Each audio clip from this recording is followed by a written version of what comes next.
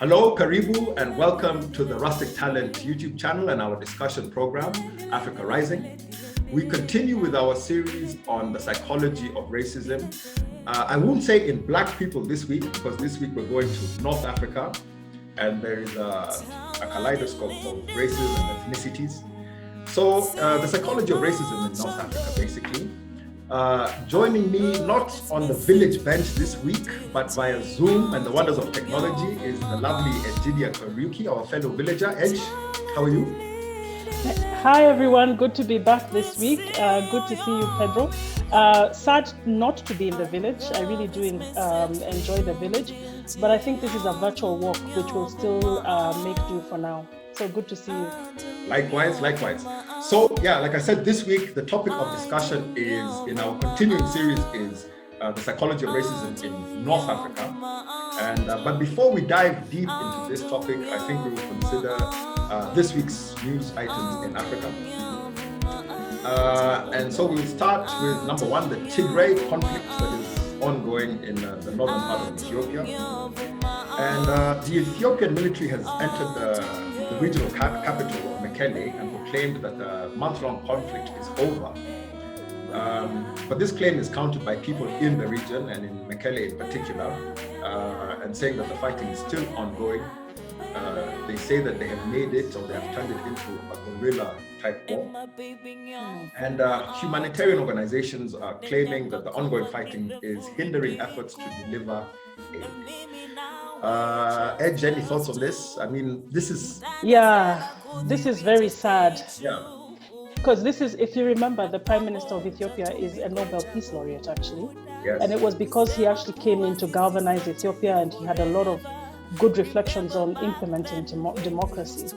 So for this to happen, I think it's quite a sad day. And then back to, when do we as Africans stop this kind of regional or regionalized politics? Because the Tigray are actually just protesting the fact that the coalition party that they were in has been disintegrated, a new party in place, which looks like they're losing regional power and influence. And so this is probably what's bringing up the conflict. And it's sad because it's created quite a number of refugees in the Sudan area. So we're back to conflict. Yeah. Yep, the never-ending African narrative. And keep in mind also that, as you rightly pointed out, the Tigray and that particular party that backs them, I think they're called the Tigray Liberation Force or something like that. Yes. They were the ones who actually were in power for a very long time, up until about 2 years ago in 2018. So it's really just trying to wrest back their power and their influence. They've lost. And this is also part of the colonial legacy of clumping together different regional ethnicities that might not necessarily want to be centralized. Exactly. So this is it. So the second news item that we will consider this week is Uganda and Bobi Wine. Now, Bobi Wine is a Ugandan singer and presidential candidate, and he has been campaigning, or he is campaigning, for the presidency of Uganda, which has been in the hands of Yoweri Museveni since 1986. 76-year-old Yoweri Museveni. But this week, Bobi Wine decided to suspend his campaign after his car was shot at during clashes between security personnel and his supporters. And in a very, I don't know if it was a sarcastic or meant to be humorous or what, but sometimes these comments that the police make are made not intending to be humorous, but they come out that way because the Ugandan police, quote, regret using live ammunition on protesters. Right. To me, that's ridiculous, because you know that you're using live ammunition and then you regret it afterwards, knowing the damage that you can do. But any thoughts on that, Ed? Yeah, so Uganda is another area. I really wish my Ugandan brothers and sisters peace, and I hope that they can transition power easily. What I kind of view about Uganda is that succession planning hasn't been done very well. Who's going to take over from Museveni, who understands the geopolitics of the region as well, which are quite sensitive? In as much as Bobi Wine is youthful and has got a lot of followers, again, the question I ask is he a capable leader?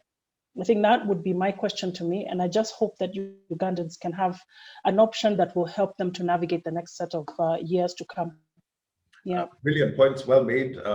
This is another kind of expression of what they now term as populism, because somebody is popular enough in their social circles, and they come from the entertainment side of things. It doesn't necessarily give them the political acumen to be able to handle political power in a judicious and just way. So exactly. Absolutely. So those are the three main news items we've decided to focus on in African news this week. And I think you haven't mentioned the Ghanaian elections, where there's actually 3 female candidates. Yes. Well spotted. I'm so eager to get into the topic of that. Yes. I throw away my Ghanaian brethren. Yes. The election is actually the day after tomorrow. So yes, on the Monday. Yeah.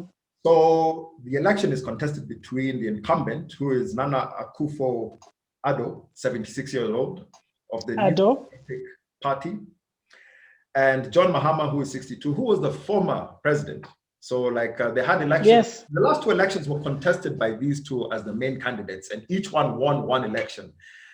These are the swings and roundabouts of African politics. And here we go again, the same 2 candidates. Yeah. But to be fair, Ghana is seen as one of those progressive nations in the African continent, which yes. Holds democratic elections regularly, and they tend to be relatively peaceful in Ghana. In fact, I think those 2 main presidential candidates signed a peace pact. Yes. That they will try their best to hold peaceful, free and fair elections without the threat of election violence. So that is actually a good step. And the other thing of note that is very important in these elections is that there are 3 women candidates also in the running. And I think Mahama himself has, his running mate is a woman, will be a vice presidential candidate who is a woman for the first time. So any thoughts on that? Well, I'm just glad that women are actually being taken seriously and they're being represented in a country that I think still honors women, but hasn't actually shown us the way in terms of having women in senior positions of the political regime. So this one, I think, is a good thing, that they actually have an option of 3 women. Yeah, I hope my country goes through the same thing, that we actually have more female candidates in Kenya who are running. I second that sentiment. And it's important for Ghana as well, because I think Ghana is one of the countries in the world with the highest proportion of female business owners in the whole world. And yet that representation in the business world is not reflected in the political sphere of things. So this is a good step. And we'll are definitely the 3 news items that we have focused on this week. And we will keep you updated on these in future programs. So, Edge, are you looking forward to discussing North Africa? I am, definitely. I'm looking forward to discussing North Africa. In terms of, in Africa, we had a tradition where we'd sent people out to see other nations and see other kingdoms. I think you've probably done a better job of seeing those kingdoms before I have. So I'm looking forward to learn from you, actually, a lot about what happens in North Africa and how the history has forged what we see today. Oh, definitely. And you also have some very, very interesting information on North Africa. So we will come to that a little later on. And this is very important that we dive deeply into North Africa and to slightly more different aspects of the discussion than we have held when discussing the other parts of the continent and the Caribbean and the Americas. Because we'll come on to the subject of Egyptology and how that's been bastardized and misrepresented, especially in the mainstream media and in the entertainment sector of Hollywood and et cetera, et cetera. But for me, this is also very important because at the beginning of this series, we had a lot of people saying, well, the title of the series was The Psychology of Racism in Black People, which made it very, let's call it melanin-centric in terms of the fact that we maybe have discarded our North African brethren, but we hadn't. And actually, in many ways, the discussion of North Africa and its colonial history and how that has impacted the psychological makeup of not just Africans, but the world in general, a lot of that actually comes from this region of North Africa, especially because we consider its very ancient historical roots and how that has shaped the narrative of the continent as a whole. Keep in mind the name Africa. There's very many disputed stories and histories as to how that came about. But apparently, one of them is that when the Romans conquered Carthage, which is now in present-day Tunisia, they called it Afro-Ica, which was basically Latin translation of the motherland. And yet another explanation for Africa is that it came from the Egyptian word firik or frik, which means to separate or to divide or to conquer, which in the context of subsequent events is actually very interesting when you think about it. Yes. Means, and so the actual etymological roots of Africa, although highly disputed, a lot of them actually come from North Africa and its interaction with the Roman Empire. And especially, and apparently as well, Peter, is that wasn't there a Caesar called Africanus? Yes. Is that the one you were saying? Yeah, that then gave Africa the name, because that's the other story that. Yeah, that is one of the versions. I think his name was Scipio Africanus, something like that. And yes, yet another version yes. is the Greeks, which to me sounds like the most plausible one, because the root word of Africa comes from a Greek word allegedly or apparently, which is friki or freaky. I had to ask my Greek friend that the pronunciation, and followed by the prefix of a, which means to negate or negative. So friki, and friki in Greek or ancient Greek meant tremor or shiver or horror. So when you put the a in front of that, it's like the land without cold or the land without shivering. So the word Afriki or Africa. So interesting. Yeah. So the actual roots of the word Africa, a lot of them emanate from the North African history that we had interaction with the Roman Empire. But I think it's important to delve a bit deeper into the pre-colonial history of North Africa. And for me, it's very interesting because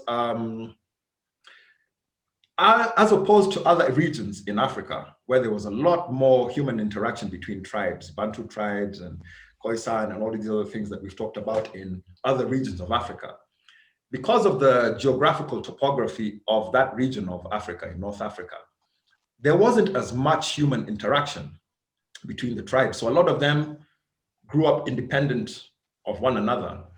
Not totally, of course, but the social movement and interaction was not as pronounced as in other regions of Africa. So in this region, you had the Barbars, who actually the word Barbar also comes from Latin, from barbari, which the Romans described as those people who did not speak Latin in North Africa, and the Arabs. Yeah. So those were the two main distinguishing ethnic groups. Of course, there are others. And over time, the beauty of the North African narrative is that a lot of the story is very homogenized. Not totally, as opposed to other regions of Africa, because of Islam and because of the Moors, which we will talk about afterwards. But so you had the Barbars, who actually called themselves the Amazigh and speak Tamazight. And then you had the Arabs, who had migrated from the Arab Peninsula. So initially you had the conquest of the Almoravid, who are a Berber community who set up primarily around Morocco and made Marrakesh their capital in 1062. And these Almoravid were actually the Arabic word, the proper Arabic word is the Almorabitun, which means he who is ready to defend his citadel, or he who is ready to fight in a fortress, and which brought about the Sufist kind of Islam that they practice, which is very warrior-based and based on nobility. And these Almorabitun were eventually conquered by the Alawites. The Alawites practicing a form of Islam called Shia Islam. We won't go into the differences between Shia and Sunni. That will take a whole program by itself. So the Alawites, the Almoravids or the Almorabitun, they ran things for a while, up until about the 11th, just after the 11th, between the 11th and 13th centuries. And the Alawites now came, based also around Morocco, practicing Shia Islam, and they conquered the Barbars, or the Amazigh, using sub-Saharan African slaves, actually, as well as those Arab tribes that had migrated from the Arab Peninsula. Yeah. And over time, they stayed in power for a long while until now, the influence of the European imperialist machine started taking hold as well in North Africa. So what happened over time is that the Ottoman Empire became the primary imperialist force that held sway and held influence over North Africa. Now, before we go into a little bit deeper into that, it's important to mention that when we talk about North Africa, they talk about the Maghreb region, and that it excludes Egypt. So because I think because Egypt's colonial history was very different and it had a Christian background, especially when you talk about the Coptics. Exactly. So the Maghreb region really primarily consists of Tunisia, Algeria, Morocco, and Libya. And I've seen some people include Mauritania in that. So the Alawites took over that region of North Africa, their base being around Marrakesh and Morocco, for a long time until the Ottoman Empire now started holding sway around that region. And the first kind of country that they took over was Algeria. And they did so using their military platform, which was populated by people that we know today as the Deys. Now the Deys became the rulers of Algeria and Tunisia, and they were taken from the Ottoman army, and they were constantly refreshed with new recruits from around the Mediterranean. So they would come from Albania, they would come from Turkey, they would come from Greece. And this is eventually actually how the founding father, or the person who is considered the founding father of Egypt, Muhammad Ali, came to power. He became what is considered the Pasha, or the ruler of Egypt. And he was a former officer in the Ottoman army, and he was of Albanian origin. And so this is how Algeria came to be ruled by the Deys. And the Deys were an autonomous... Which years were this? How long before, So this how long before the colonization period of the Europeans taking control? Yeah, so this is between the 15th century up until, like in Egypt's case, 1805, when Muhammad Ali became Pasha. Oh, yeah. And in Algeria's case, up until 1830, when the French declared Algeria a protectorate. In fact, not even a protectorate, a province of France. Morocco was considered a protectorate, or declared a protectorate, in 1912. After the signing of the Entente Cordiale in 1904. But going back now to the Deys, who came to rule Algeria and Tunisia, especially, and Morocco, they became autonomous states, Morocco, Algeria, and Tunisia. But they ceded religious control to the Ottoman Sultan, who they considered to be the Caliph. Caliph being sort of like the Pope-like leader, religious leader.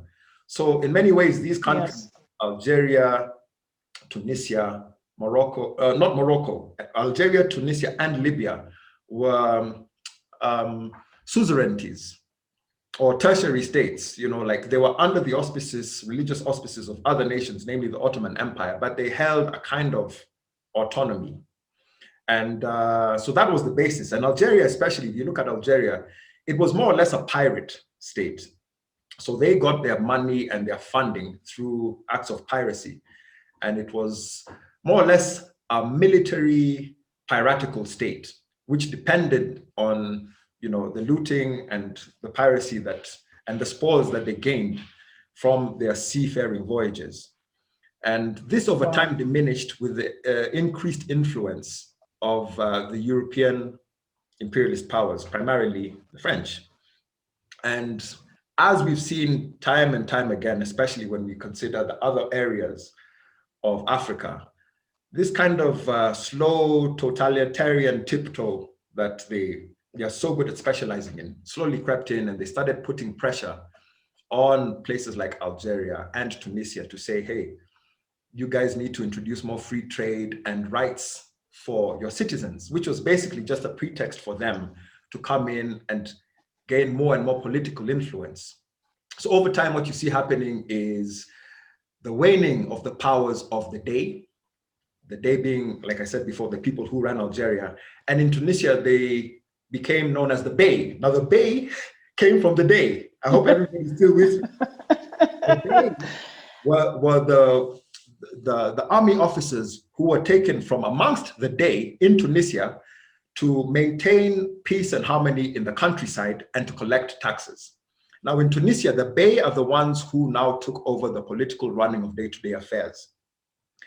And the imperialist powers, primarily the French and to a lesser extent the Ottomans, said, hey, guys, you need to start practicing free trade and giving your citizens more rights. So, for example, in like 1856, I believe, in Tunisia, they, because of this outside pressure, introduced certain political reforms, like a constitutional reform, and they had something called the Fundamental Pact, which guaranteed the rights of citizens and subjects, mainly Christians, Muslims, and Jews.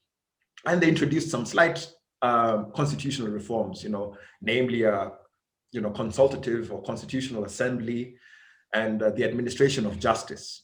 And so a lot of this was done as sort of like a fig leaf to kind of offset and push back the imperialist kind of totalitarian tiptoe that was happening over time. But it's so often the case in Africa, eventually the political and imperial pressure told. And Tunisia, for example, in 1881 became a protectorate of the French after the British said to the French, okay, we agree with the fact that you have certain rights to North Africa. This was obviously a prelude to the scramble for Africa. So Tunisia became a protectorate in 1881.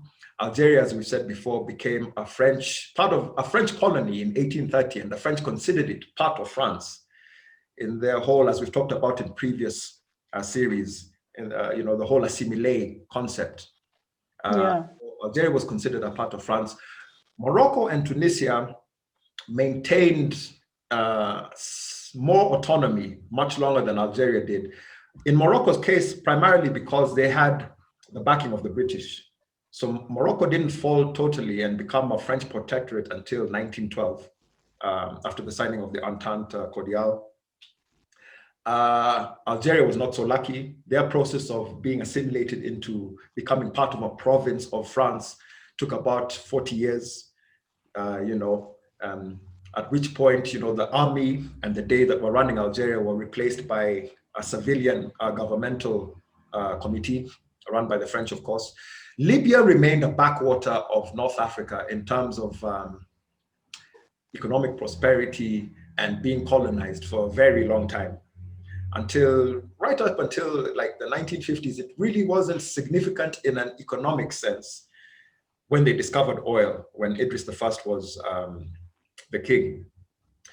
So the reason I go through it like that is because, excuse me, there's a lot of homogeneity in terms of the narrative of North African colonialization.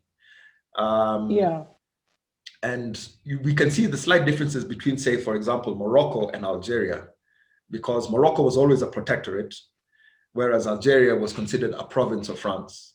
Algeria had settlers, colonial settlers, European settlers. So they had a lot of migration from Spain, from Italy, and from France.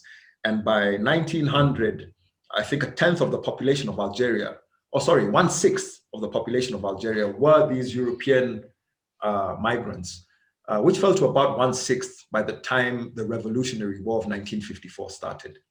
Whereas in Morocco, it wasn't really a settler colony. So there's those slight differences. The independence struggle for liberation in Algeria was much longer and bloodier.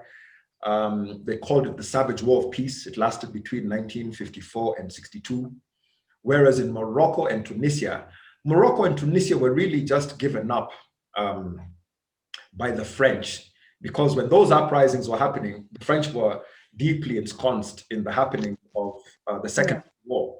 So the French knew that they had to kind of cede and give Tunisia and Morocco independence much quicker than Algeria, which was their prized possession in many ways. Algeria was forced by the French to export wheat and wine. And of course, the Algerians were forced to import French goods. So the French really fought to keep Algeria.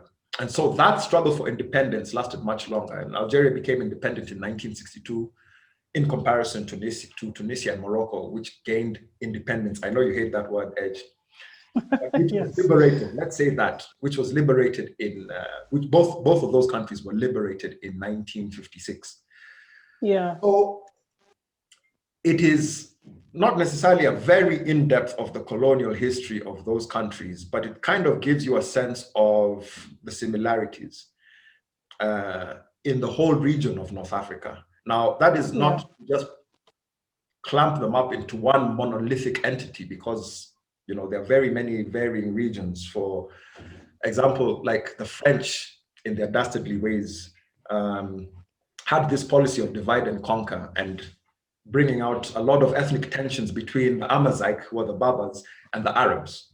So the policy of always trying to look for any kind of fissures and widening them. Because as they said, they can either unite and fight against Mother France, which they like to call themselves, or we can divide and conquer them and prolong this colonialist endeavor vows for a bit longer. So that's exactly what they did, primarily, mainly in Algeria and Morocco. They really exploited those ethnic tensions and differences between the Amazigh, on one hand, who are the Berbers, and the Arabs. And what you tended to find in those two countries was that they tended to side more with the Amazigh. For example, in Algeria, they had this thing called the Kaibalier legend, which the French knew was a psychological operation, in which they stated that the Amazigh, who are the Berbers, had racial and cultural links to Europeans and actually descended from Europeans. So what they did was they made sure that the Amazigh, were elevated to positions of authority in terms of administratively and even judicially. They let them keep some of their cultures. And what that did was instill in the rest of the population this thought that they must be collaborating with the French. Of course. And on top of that, in Algeria, they did some very dastardly things. Like, for example, they made it a law that in order for you to transact any business, that you had to register your surname. And what they did with this was they would give different surnames to members of the same family. And those who rejected this administrative repression would be given derogatory surnames in French, because at that time, I think only 1/10 of the Algerian population was literate. So they couldn't understand these, dastardly machinations that were taking place, And so they did all these kind of things. Like in Morocco, they called it the Berber Protectorate Strategy, which did the same thing. It went to the Atlas Mountains, because in Morocco, the Berbers, congregated and lived more around the Atlas the mountains. And so they gave them administrative and judicial autonomy. They made sure that they exploited any kind of fissures and divisions to the nth degree. So they even used their own anthropologists and social scientists to look for any small marked differences in terms of the linguistic composition of how they spoke, demographically where they lived, and they drew up those boundaries and made sure that they implanted fissures of division amongst the populace. Yeah. And eventually it worked. And in Morocco and Algeria especially, they also started closing down madrasas and, killing Muslim teachers. And they even introduced a form of Sufism that was more pacifistic, which was totally contradictory to the Sufi heritage of the Almorabbitun, which were a warrior class of group of people. Yeah. Yeah. So they even went down the route of messing with religious belief. And so that gives us a brief outline of the historical context of North Africa. And there are a lot of other things. So for me, Pedro, I guess the question that might be coming up for me is, so, there's always this view that the Arabs are actually the owners of North Africa. That they're the that because they're there, it actually, that's what has always been. And I think just out of interest, was North Africa at one point all Black? Now, you've thrown the cat amongst the pigeons immediately. Now, it depends who you listen to. Yeah. Basically, the whole argument, because now we're going into the area of Moors, we're going into the area of the renowned scholars such as Sheikh Anta Diop, Diopism. Now, yeah, certain people that you talk to will tell you that at one point North Africa was all Black. Other people that you talk to, especially when it comes to the racial and ethnic composition of people like the Moors and the Nilots, will tell you that Africa was a great big commercial and cosmopolitan hub of trade and industry. Especially, I think you will talk to us about Mansa Musa a bit later. And so that has been one of the biggest contentions in terms of racial harmony and the debate as to whether North Africa was totally Black or not. In my humble opinion, I think, like, especially when we're talking about, let's take, for example, the Moors. Now, there's a misnomer that has crept up over the last few decades that the Moors were totally Black and totally Muslim. Now, if we put that in terms of a sociological context, if we talk about, say, our own country of Kenya, yeah, we have Kenyans who are of Indian origin, we have Kenyans who are of Arab origin, and we have Kenyans who are of Black origin, but we're all Kenyans. The same applied to the Moors. Now, they were of darker skin, and we have historical text and accounts describing Moors as of dark skin or of Black skin or of having woolly hair. But I think it would be impossible to generalize and say all of North Africa was totally Black. The majority ethnicity was probably Black, but you had a lot of intermingling between communities and tribes. And of course, a lot of, not too much, but a lot of crossbreeding. And so it's a question and a topic that will never be satisfactorily, completely answered. Yeah.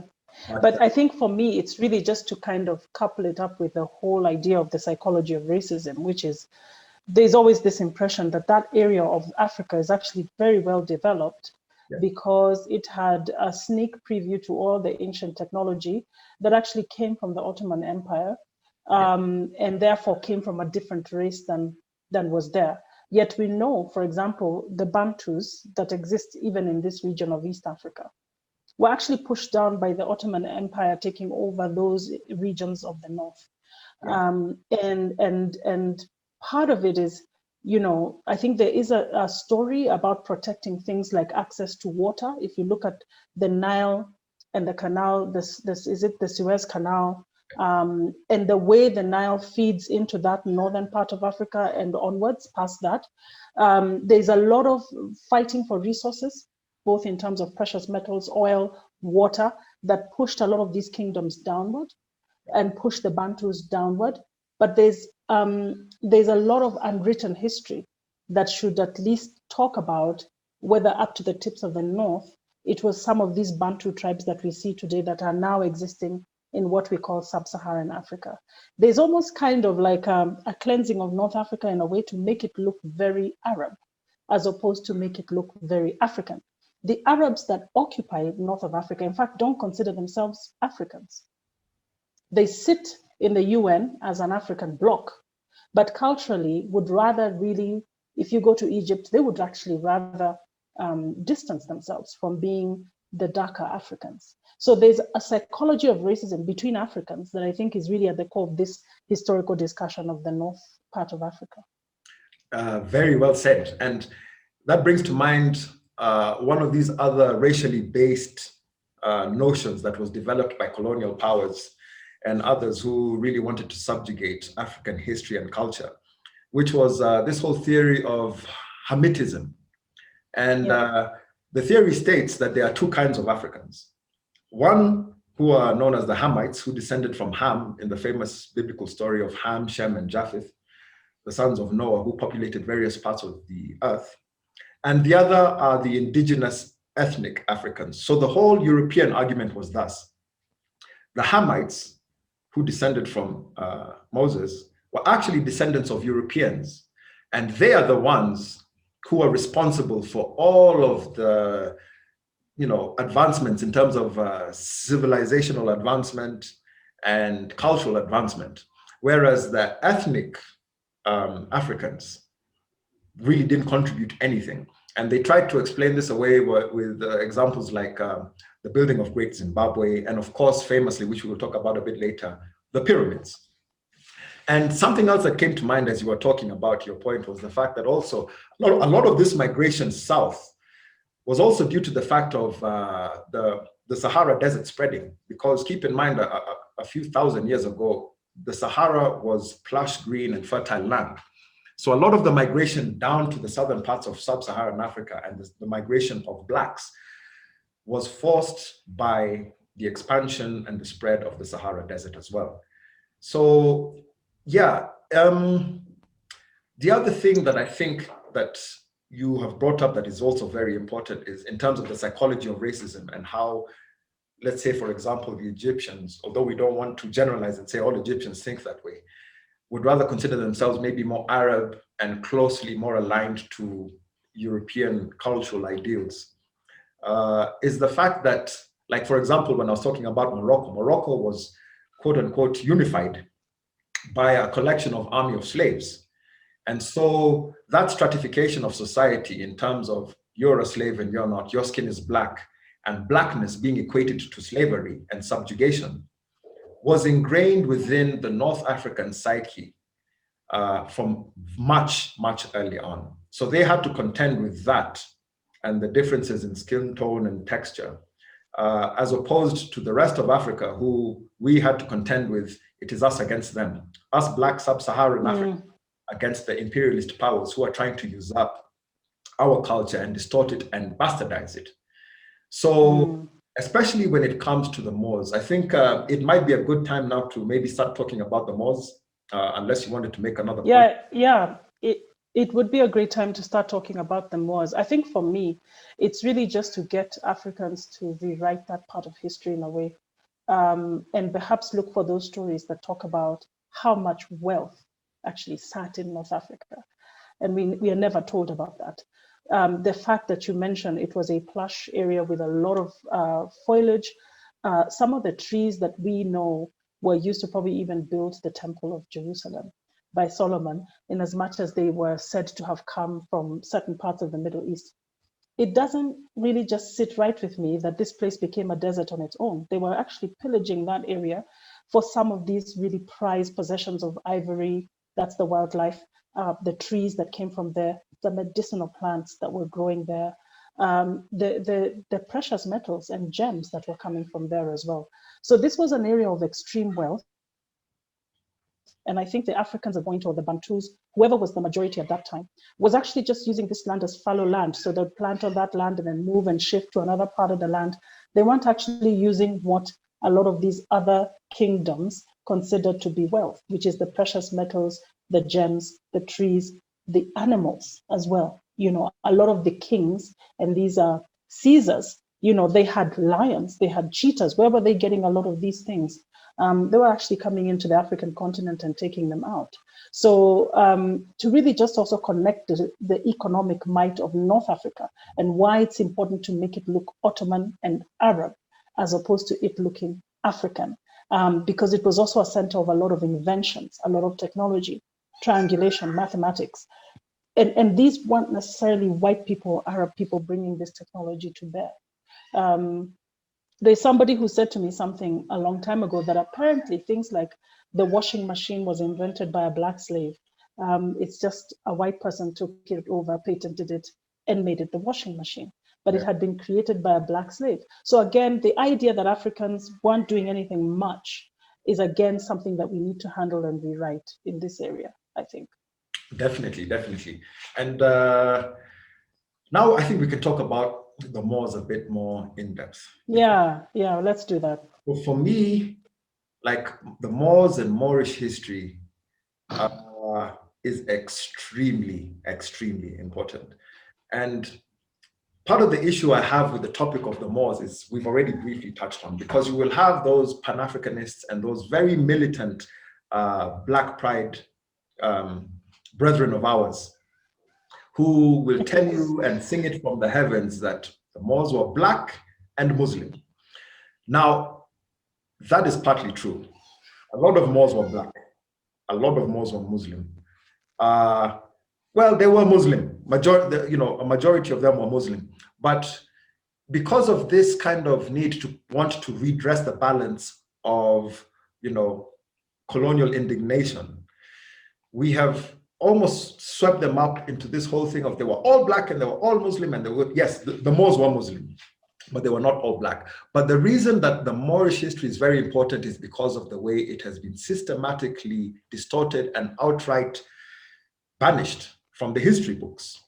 And this is all the more stark and incredulous if you think of the fact in historic terms that the Moors were around not long ago, on the time scale of history, which a lot of anthropologists and archaeologists will tell us goes back maybe 4 billion years from the Big Bang to now. The Moors were around up until, especially in the Iberian Peninsula, up until about 500 years ago, 520 years ago. And for them to be totally banished from the history books is unconscionable, because they brought such a rich history to the Europeans, and especially to the Iberian Peninsula, that it is something that cannot just be discarded. Like I was reading recently this quote. It sounds slightly apocryphal to me because people were not rhyming in English in the 16th century, but it goes, "Thank heaven for 711." Now, 711 is the year apparently that the Moors invaded that part of the Iberian Peninsula and set up. And the reason that this saying came about was because apparently the inhabitants of that region were very pleasantly surprised by the cultural, educational, economic, scientific advancements that the Moors brought, in comparison to the Visigoths, who were the overlords of that region previously, who practiced this kind of feudal serfdom, which was very atavistic and primitive, primordial in terms of their practices. So there are many historical contemporary accounts of the beauty of Moorish cities. I think the most prominent one was Cordova. And the historian Basil Davison says that at the time, a lot of the surrounding nations and empires looked at the Moors with envy, and they said, wow, they have the most beautiful cities, they're the most educated people. And like you said, they brought a lot of advancement in terms of scientific knowledge, maths, physics, chemistry. They introduced the astrolabe to the Europeans. They introduced apparently they went over to China and brought the compass over. They introduced 4,000 different words into the Spanish language. In fact, in Spanish, any word that begins with al, the prefix al, comes from Arabic. And on top of that, education was universal, and free. So people became literate and became cognizant of their academic possibilities, in comparison to the rest of Europe, where 99% of the population were illiterate. And so I don't want to monopolize the conversation too much, but what are your thoughts about the Moors? Because for me, I find it very curious. Well, actually, I don't find it I think deliberate what will happen, but go ahead, Edge. Yeah, it was deliberate. And this is part of the heritage that is sitting in European museums and in other places where we have no access to the books that tell these stories about these people. I think it's a shame that we as Africans haven't actually demanded for a lot of this history, that sits in those museums to actually come back and be written about from an African perspective. The fact of the matter is that the Moors were, if I look at somebody if I just even look at the representation in a story like Othello, the Moors were a representation of African culture. It was graceful, it was generous, it was kind, which are some of the things that we never really hear spoken about Africans. Africans are they're savages, they're barbaric, they're ruthless, it's man eat man. Those are the connotations that we have embodied today. But I think there was a deliberate attempt to remove these guys from history because they did represent the real African of grace, of generosity, of kindness, of value of family and community, of worshiping one God, contrary to popular belief, because I think Europeans were pagans.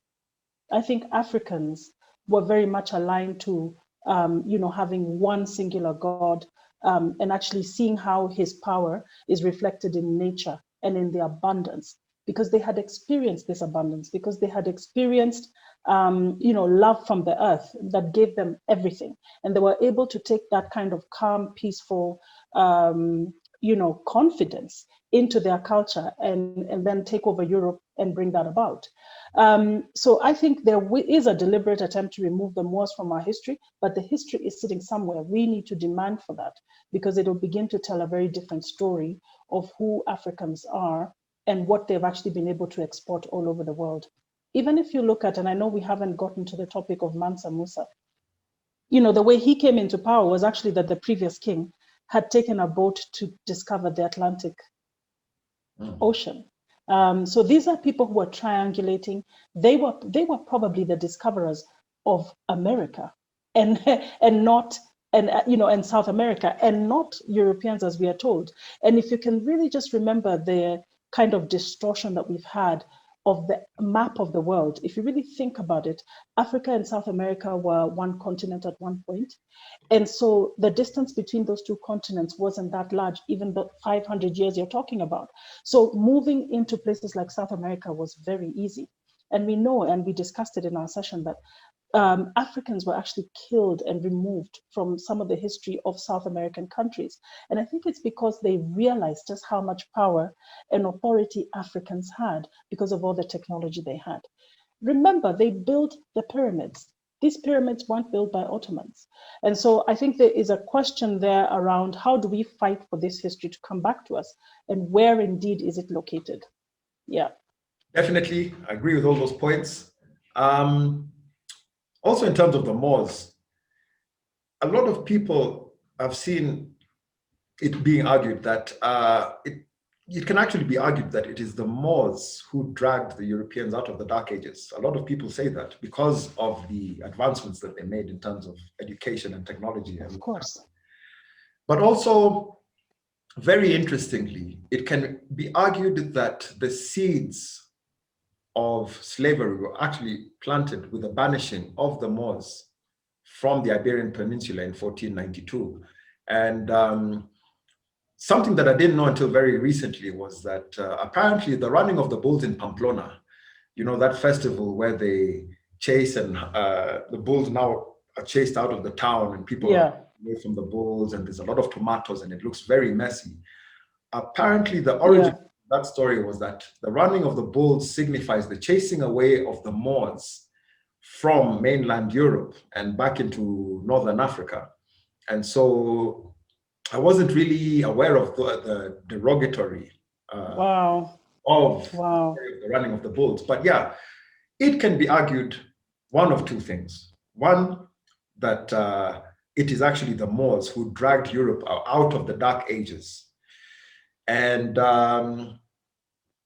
two, that the banishing of the Moors from Europe was actually what led to the beginning of the slave trade.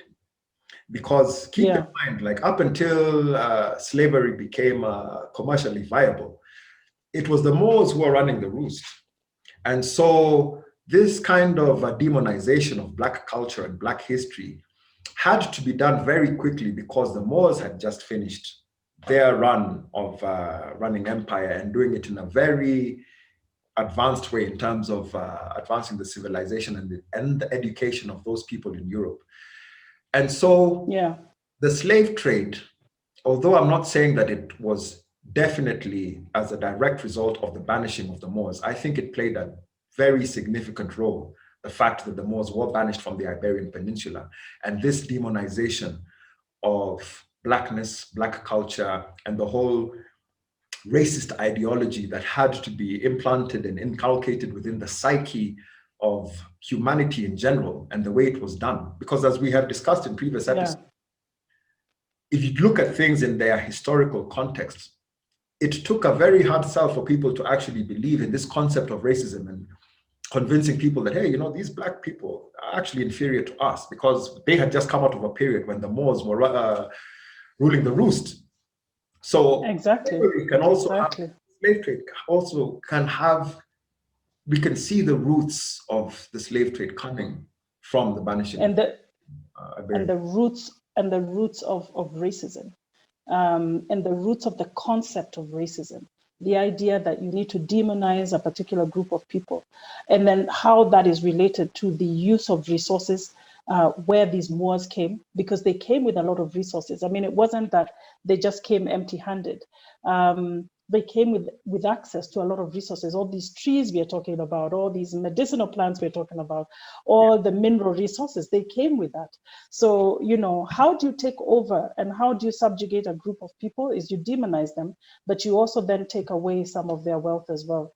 And so for me, I always ask, I guess this is the question as well, is how was the Sahara Desert formed? Because we know there wasn't a Sahara Desert. There must have been some sort of pillaging. But what we are told in that area is that there was a lot of like trade links that were going, you know, through what is now Egypt, all the way up into the Middle Eastern segment up there, going into the Far East or going into Europe. So the question I have again is, what was happening in these trade links? There was a lot of taking away of wealth and diminishing people. And part of the wealth that they took away as well are the books. It's the libraries of the Mansa Musa that disappeared.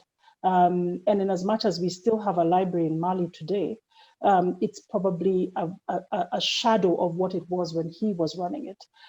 So all the knowledge was taken as, you know, the same story the Israelites tell of Babylon, that Babylon came and took away all the architects, all the people who understood how to build, all the guys who had the science.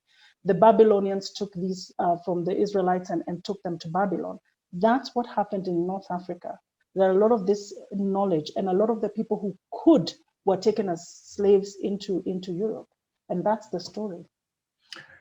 Very well said. And keep in mind, guys, like we always keep reiterating, that this is a discussion in traditional African culture. It is not a lecture.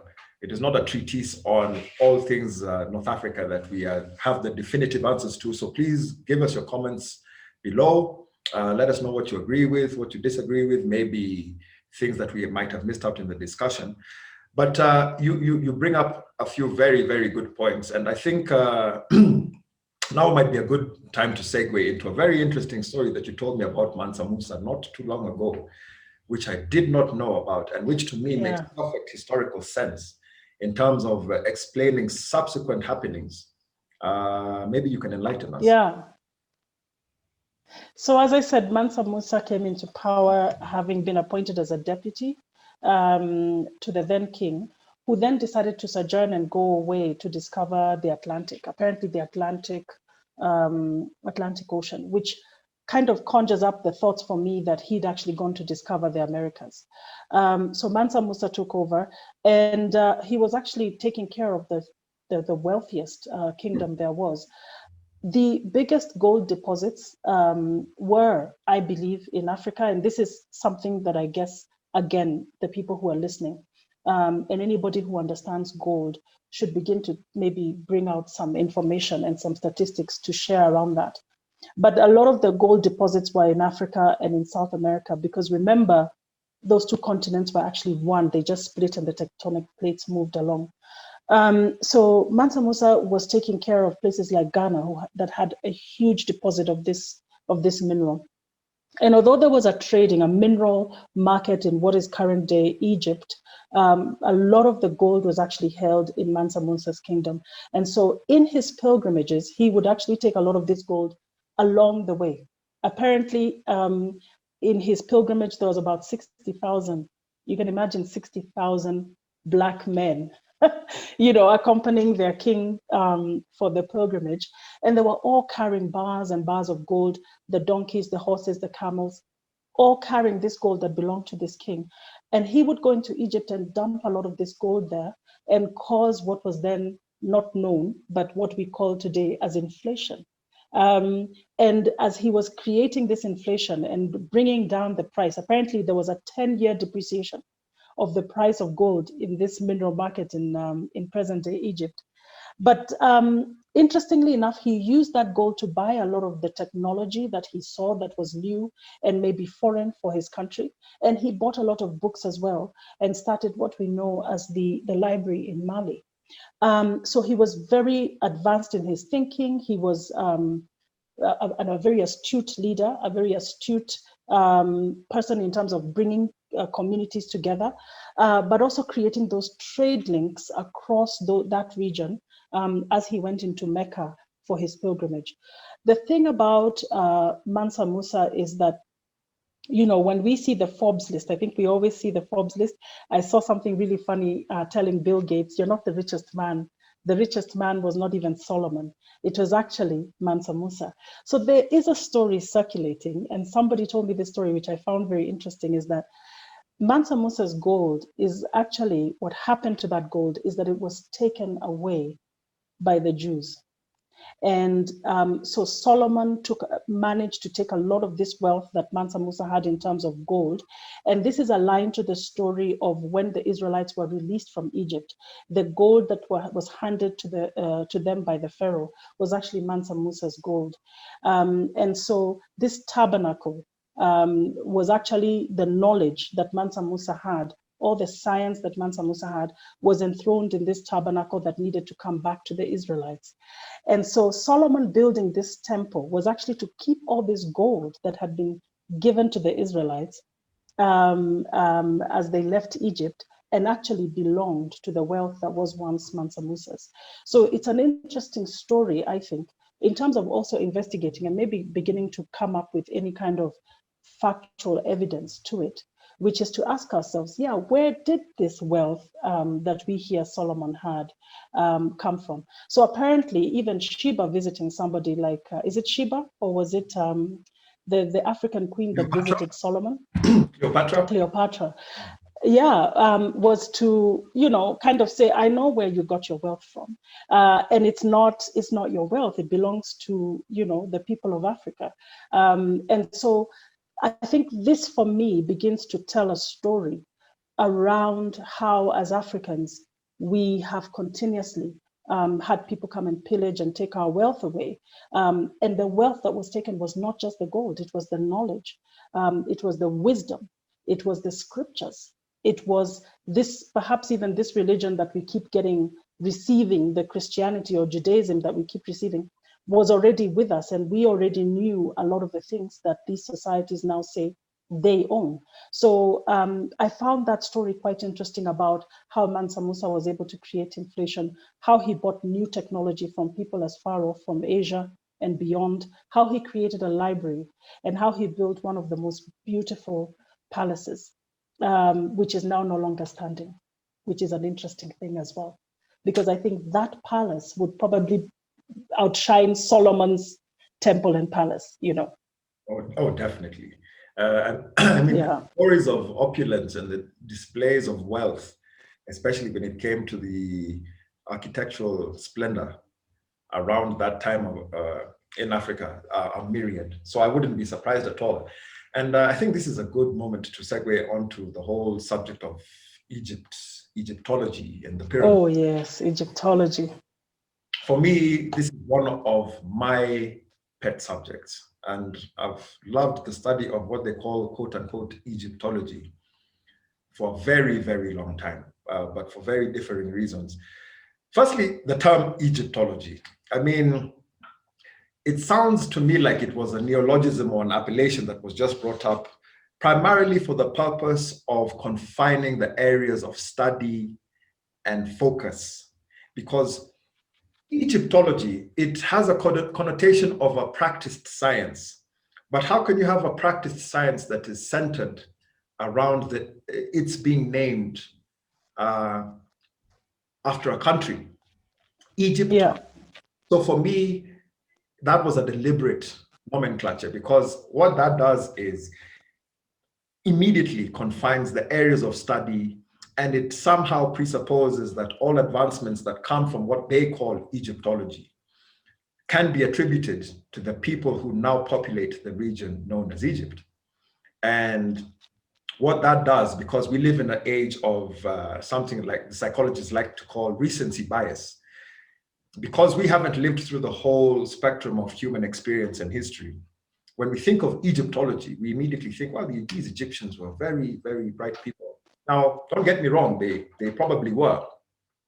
But to call it Egyptology does a massive disservice to the study of pyramids, because that is primarily what we're concerned with.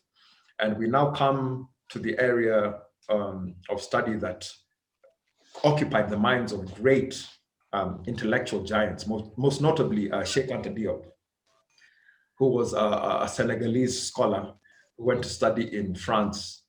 And he came up with the theory that has subsequently proved to be right on many levels, that the people that they call the Egyptians, who many would think would just be the Arabs of fairer skin, that the building of the pyramids could actually be attributed to sub-Saharan Black Africans. And this at the time— Kushites. The Kushites, yes. And this at the time, Yeah. keep in mind that Sheikh Anta Diop passed away in 1986. The height of his intellectual endeavors was around the 60s and the 70s, especially when they had the UNESCO conference on Egyptology in 1974.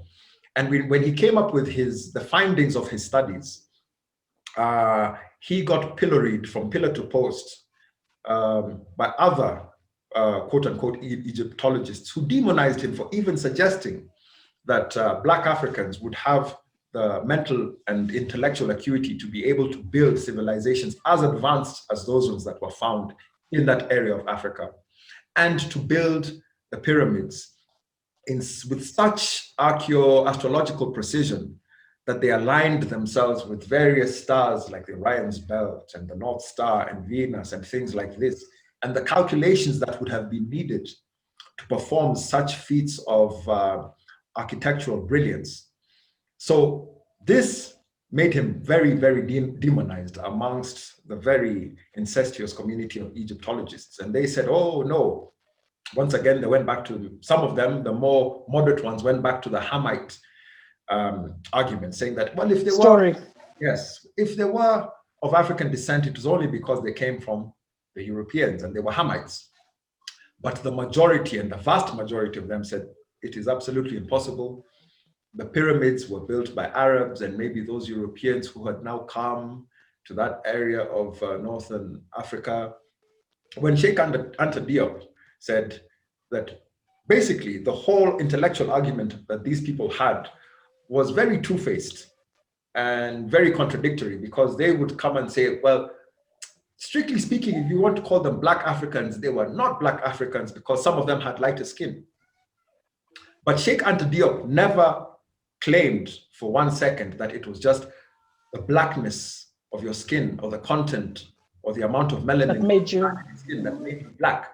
Sheikh Anta Diop said, when he says sub-Saharan Africans and Black Africans, he is not talking about how dark your skin pigmentation is. Like we have discussed before in discussion of the Moors, sub-Saharan Africans meant, yes, blacks, predominantly blacks, but people with fairer skin. You look at our Ethiopian brothers and sisters and our other Arab brothers and sisters, our Somalis, they are still Sub-Saharan. Where do they live? They live in sub-Saharan Africa.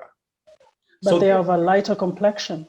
Yes, so they made it an issue of pigmentation and skin color, which is always the go-to playbook of the imperialist powers. And so Egyptology, I wish we should start finding and coining a new phrase for this study, because it does a tremendous disservice to our ancestors and forefathers and the others who contributed to this rich history of the building of the pyramids. And every single person who is interested in the history of African study and the building of the pyramids, somebody that everybody should know is the polymath and the genius that is Imhotep, who built the first step pyramid in Saqqara, and which formed the basis of all other designs of the pyramids. And the interesting thing about Imhotep, or like the Romans called him Imuthis, you know, the way they like to, you know, change the words, yes. Yeah, the interesting thing with the story of Imhotep was that he was a black slave who rose to prominence and became the vizier being the advisor to the pharaoh. The pharaoh at that time was King Pharaoh Joseph. And his story is very, very similar to the biblical story of Joseph. And many biblical scholars and Gnostic academics believe that the story of Joseph in the Bible, you know, who was a slave and thrown away by his 12 brothers and rose to prominence to become the advisor of the Pharaoh, is actually the story of Imhotep. So this is just yet another example of how that story has been suppressed, because Imhotep, in my book, there's a big argument for him being the greatest person of African descent in history. And if you look at the way his story has been corrupted, especially in Hollywood, you look at all these Hollywood movies, The Pyramid, The Mummy Returns, or whatever, they have a character called Imhotep in those movies, but they made him the bad guy, the bad person. And in a slight segue, you can also see in a lot of these Hollywood movies when they talk about Egypt and quote unquote Egyptology, who are the pharaohs and who are the people of the ruling classes? They are blonde-haired and blue-eyed. And the people that you see them see portraying the slaves in these Hollywood movies are black-skinned people. So I don't know if you have any thoughts on this whole area of the pyramids and Egyptology. There's a lot of ways we can dissect it, Edge, but any thoughts on that, on the whole study of Egyptology and how it's been corrupted? Yeah, I think there's definitely a co-option of information that was important for Africans that was taken away in this study. And it was played back in a particular way, which then robs us of our identity, robs us of our history, robs us of our science and all the good things that were happening in that area. And for sure, yes, it's not a debate about the color of the people who did what they did, but it's really about centering Africa as a place that was the center of science, the center of the origin of mankind. You know, the way that we say we discovered one of the oldest human beings here in Kenya, and we say the origin of mankind is in Kenya. I think the origin of all science, the origin of this religion that, you know, the worship of one God and all these things that we say exist today actually originated here. And Egyptology was a way of robbing us of that. I mean, there's something that I read somewhere that they actually looked at the noses of the Sphinx, and they discovered these noses are very African. They went about actually knocking off the tips of these noses, Yes, so that you wouldn't see the Africanness of those noses. Yes. And so it tells you there's a kind of whitenization or an Arabization. I don't know what the word there is of making, it's taking away from African people and creating the impression that it was somebody who was a bit fairer and therefore more advanced. So there's a story there that I think we need to really deep dive into and begin to find a lot of these things that were taken away and hidden, because a lot of what was taken away from even the pyramids that housed some of the earlier pharaohs, you're not able to find their tombs. You're not able to find what was actually encapsulated in those tombs. They were raided and destroyed. But I think there is still information that we can find that tells us a little bit more about that time. But for sure, Egyptology was, again, you know, in anthropology, we talk about, and I'll give this as an example, we talk about science, for example, and how it took over. You find that in the traditional times were people who were called midwives. But the minute that a scientist and a white man took up that subject matter, it was called gynecology. So Egyptology is the same similar kind of thing where you make it into a science and then you play it back to people as the master of that knowledge. How is it that these Egyptologists are the master of Egypt and they never lived there, they're not from there, and they only share that knowledge in a very particular way? So it is really about the psychology of racism. It's about reinforcing the fact that Africans are inferior. and yet there was evidence in those tombs that Africans were very advanced.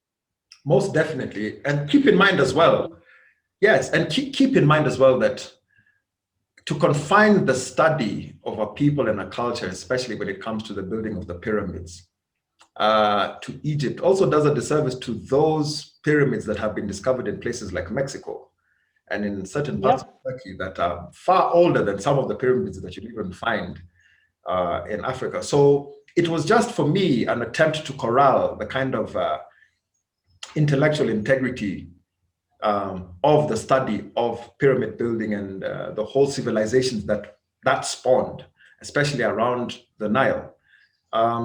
Very dastardly, not surprising at all, especially when you come to consider the various technologies that might have been used in the building of the pyramids.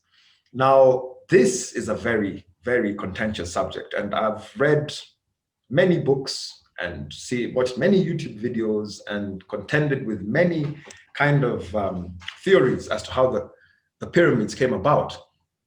But if you consider the fact that a lot of these pyramids, most of these pyramids, it can be argued all of these pyramids were built to astroarchaeological specificities, coupled with the fact that a lot of people who study and practice these kind of energy sciences will tell you that a lot of these buildings were built on chakra points or on ley lines, which hold specific energy properties. And if you couple that with the fact that a lot of people have contended in the study of the pyramids that they were coated with gold. So like the image that we have of the pyramids today is kind of these, pyramidal shaped, weather-beaten stone monoliths that were built, yes, to very extraordinary amounts of precision. But the pyramids did not always look like that. Keep in mind the passage of time, and with weather and soil and wind erosion, it has been said by many persons studying this subject that we call Egyptology that they were actually coated by gold. And so we come to the question, how did they manage to move those huge boulders of stone, some of them weighing up to 30 tons and 40 tons, to build the pyramids? And some people have come up with the theory that they actually used sound vibration technology. That because of the properties of gold, which are very unique and which are to this day not understood to their fullest, coupled with the fact that these pyramids were built on specific energy points, which we call ley lines, or which would maybe call the chakra points of the earth, would have made it much easier to move these huge monolithic stones and to construct a thing of beauty, such as the pyramids, which at the time also had capstone. And a lot of people have also argued that no, it was not the whole pyramid that was coated in gold, because that would take a lot of gold, maybe Mansa Musa's, who knows. But it was the capstone that was gold plated or purely gold.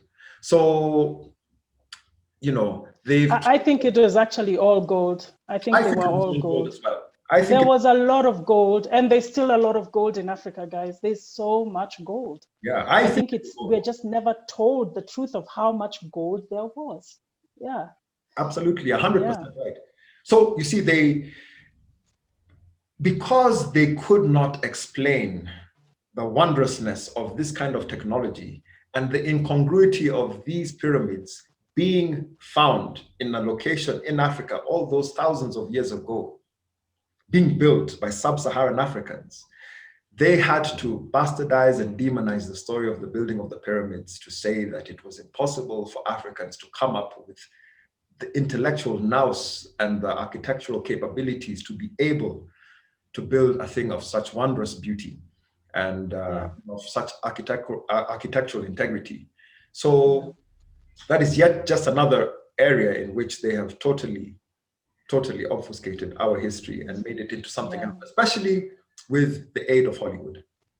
And it's for me, it's a scientific approach almost to racism. It's the scientific racism in a way, because you take a topic, you make it specific, you make it owned only by a very small group of intellects, you make it a science, and you remove it from the hands of the people who should be writing that history, which are the people who own it.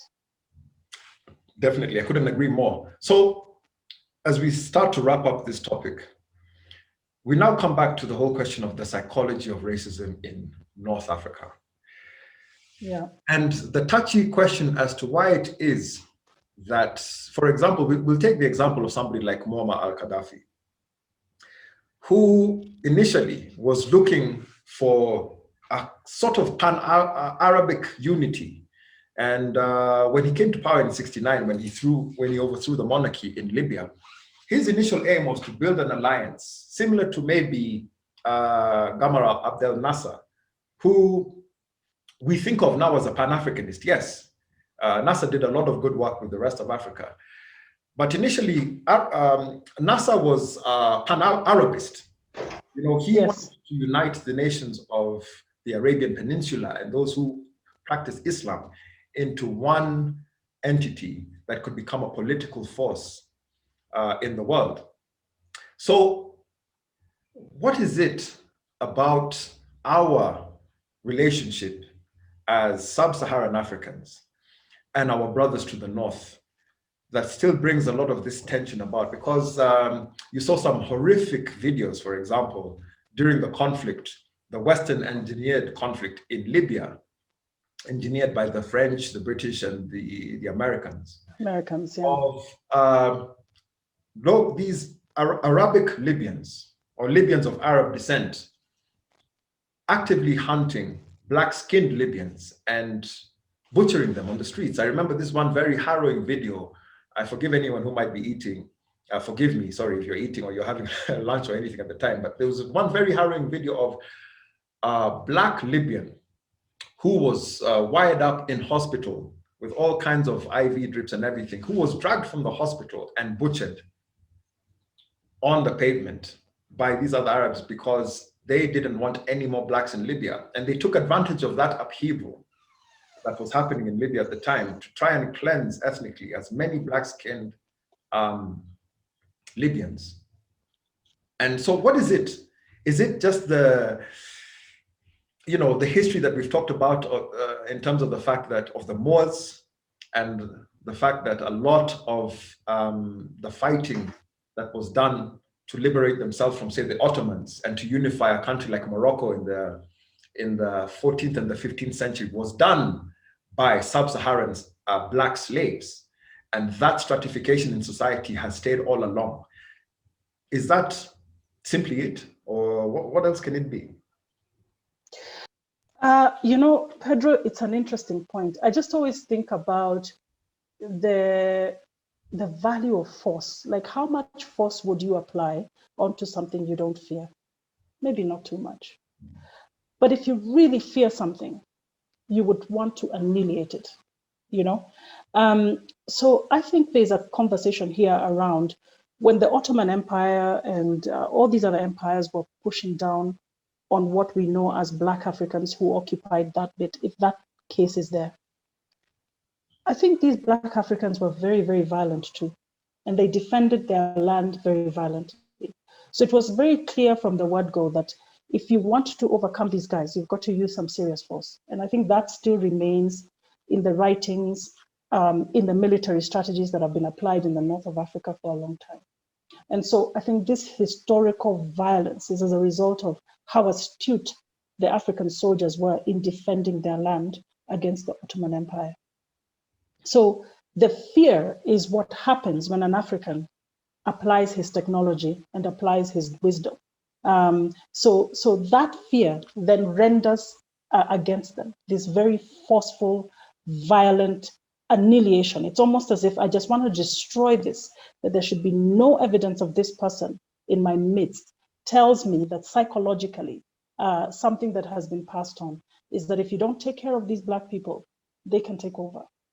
They can take over, and that must come from the history. So I think for me, that's theory number one, which is the violence with which the Africans defended themselves still resonates with a lot of these Arabian people who are now, in Africa. So what is it about us? I think is really awakening to who we are and awakening to the fact that the abuse that I think we face from so many other civilizations. So you've got the Arab question in the north of Africa. You've got the recent takeover of even new cultures that are coming into Africa, and economically almost kind of wiping us out, if you like, is really understanding that there is a historical understanding that the African, if he puts himself together very well, can put up a good fight. And I think that's really, for me, where we need to start rewriting our history and how we handle ourselves and turn up. But I think, just as you've said, there are videos that I think are on YouTube. And maybe this now speaks more to the Arab culture of violence, is, when you watch some of these beheading videos, when you watch about some of the violence that happens to non-Arabs or to non-Muslims in some of these other countries, it is very reminiscent of what we call the Crusades. So there was a Christian outflow of Crusades that killed a lot of Muslims. I think this is another part of history we don't talk about. There was a lot of violence there. And then there was the other way around, which was the Islamization, and now the jihads that were killing, non-believers. So that violence is still very much part of the African culture as well, embodied in North Africa. So perhaps, again, this is coming back to rear its head in terms of people who are non-believers and are not of Arab descent. So these are, I think, things that we carry psychologically in us, and are part of our history, but are also edified by this racism, the Egyptologies as well, that reinforce the idea that these Africans are not even human. We're almost very dehumanized. And so the slave trade that has existed, with Black Africans being taken into the Arab states that exist today, again, just reinforces the idea that as Africans, we're not humans, so we can be violently annihilated, killed, demonized, and so on and so forth. But again, back to the first point, which is, how do we rewrite our history and bring ourselves together, not to fight, but really just own our identity in a way that brings dignity, and in a way that we are able to now amalgamate as Africans and do better than we are. Yeah. Well said. I agree with all those points. Just to add a small point on top of what you have said, which I totally agree with, I think it's also a legacy of colonial imperialism. Talked about Algeria as well, and how they really tried to accentuate the fissures and the divisions amongst the community. And part of that was also racial discriminations that they introduced, especially the French, when talking about the Berbers or the Amazigh, as opposed to the Arabs. So keep in mind that not that long ago, in the historical context, people were not thinking in terms of, you have black skin, you have white skin, or you're of Arabic descent, and your skin is brown, so you're different or better or worse than me. These are all ideological concepts that were introduced into human consciousness and to the human psyche via the Trojan horse that is colonialism. And so a lot of that can be put down to that as well. And keep in mind as well that the various strands of Islam that are practiced, like especially Wahhabism, which is much more extreme, and the Shia sect of Islam and the Sunni sect of Islam, where people, are beheaded for being apostates, like you talked about beheading videos. There's a lot of evidence to suggest, like, for instance, the beginnings of Wahhabism were, let's just put it in diplomatic terms, were encouraged by British imperialist powers. Wahhabism is not something that just spawned naturally and evolved naturally and had its own natural life course from the beginnings of Islam, which practice and which teaches the practice of peace. It's an exactly. Peace be upon him, peace be upon them.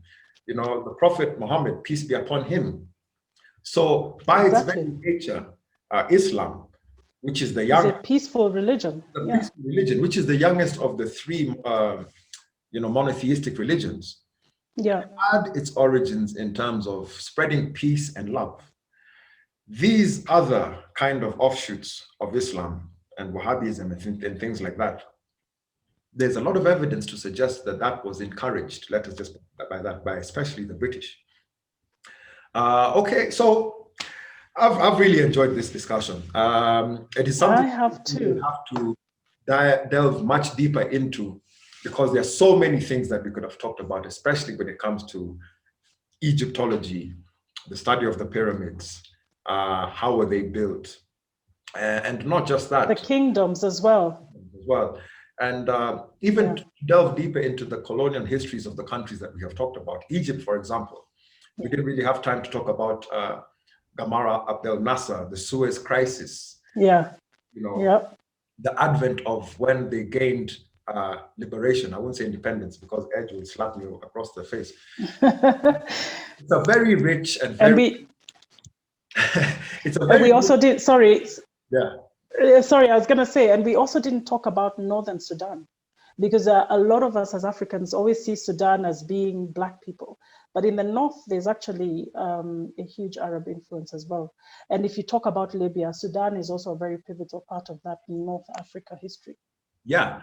So there's a lot of things that we can still talk about, and which we will talk about in subsequent episodes when it comes to the areas, the subject areas that we haven't touched on. But because of the vastness of the topics that we really thought it was important for us to cover in terms of trying to explain why it is that certain parts of North Africa view the rest of the parts of North Africa differently.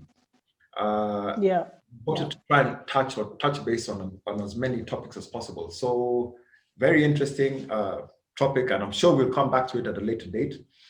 But just to wrap up this week's episode, we have our feature, This Week in History.